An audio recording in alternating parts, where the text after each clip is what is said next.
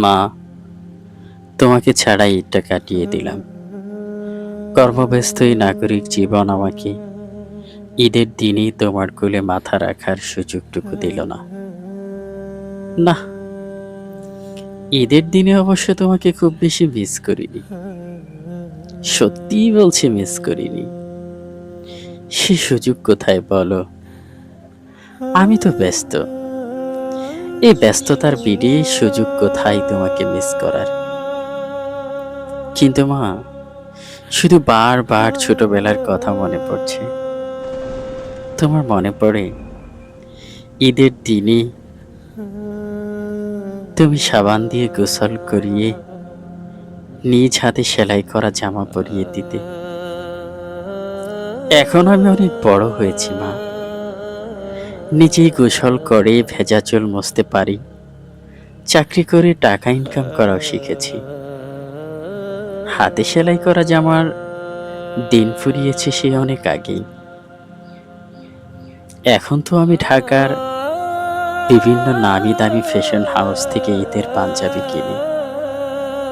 তাই তোমাকেও খুব বেশি আর মিস করিনি। শুধু মনে হয়েছে যদি কেউ আলমারিটা খুলে পরম মমতায় আমার পাঞ্জাবিটা এগিয়ে দিত।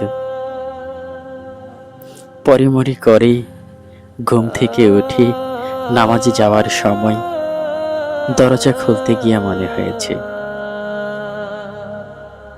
যদি যদি কেউ কপালে একটা চুমু এঁকে দিত।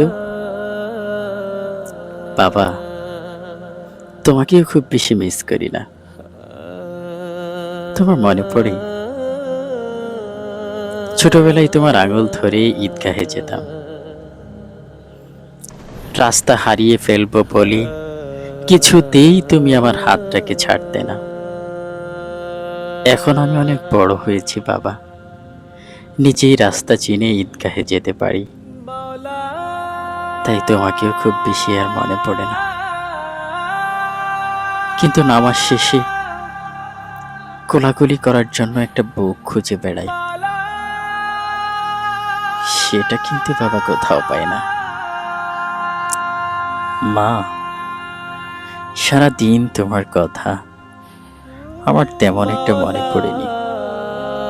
কেবল নামাজ শেষে বাসায় ফিরি, যখন ডাইনিং টেবিলে বসে পাউরুটিতে মাখন লাগাচ্ছিলাম, তখন তোমার হাতের মমতা মাখা সেমাইয়ের কথা মনে পড়েছে।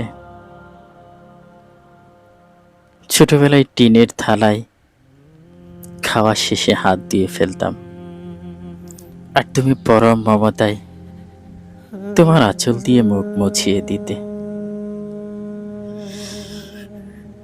এখন আর শাড়ির আঁচলে মুখ মোছা হয় না মা।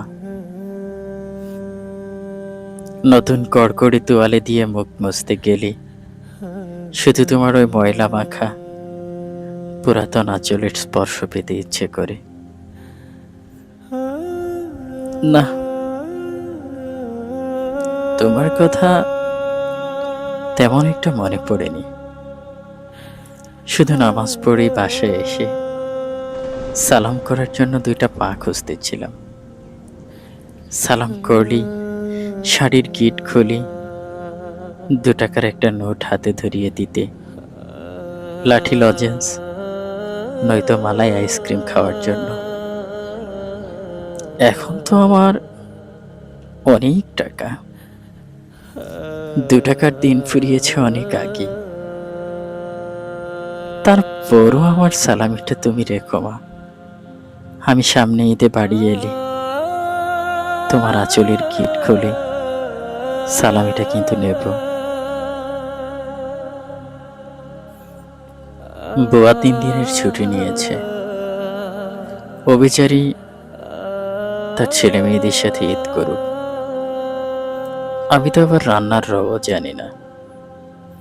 তাই তুমি ভাবছো আমি খেয়েছি কিনা? ঢাকা শহরে তো নামি দামি রেস্তোরাঁ থাকতে কেউ কি আর না খেয়ে থাকে?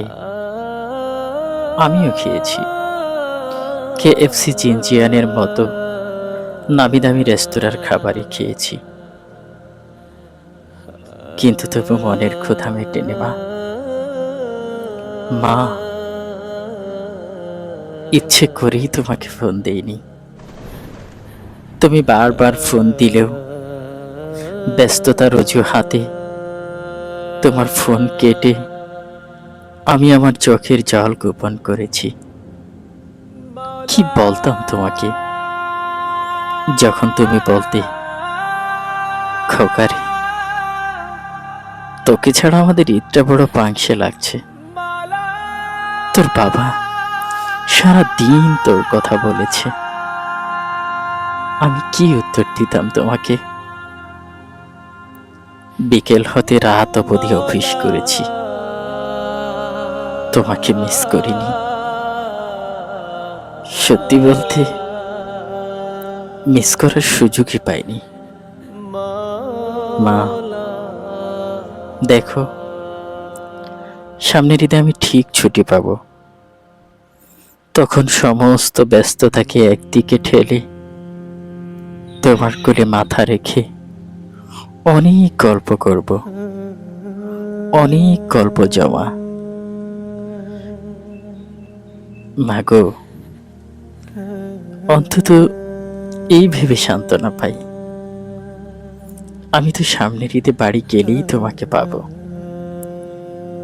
কিন্তু আমার কলিগ আব্দুল করিম ভাই, তার মা এই পৃথিবীতেই নাই। বেচারার কান্না দেখে নিজেই নিজেকে সান্ত্বনা দিই, আমি তো অন্তত তোমাকে সামনের ঈদে গেলে পাবো। কিন্তু আব্দুল করিম ভাই বাকি জীবন আর পাবে না। ভালো থেকো মা, খুব ভালো থেকো।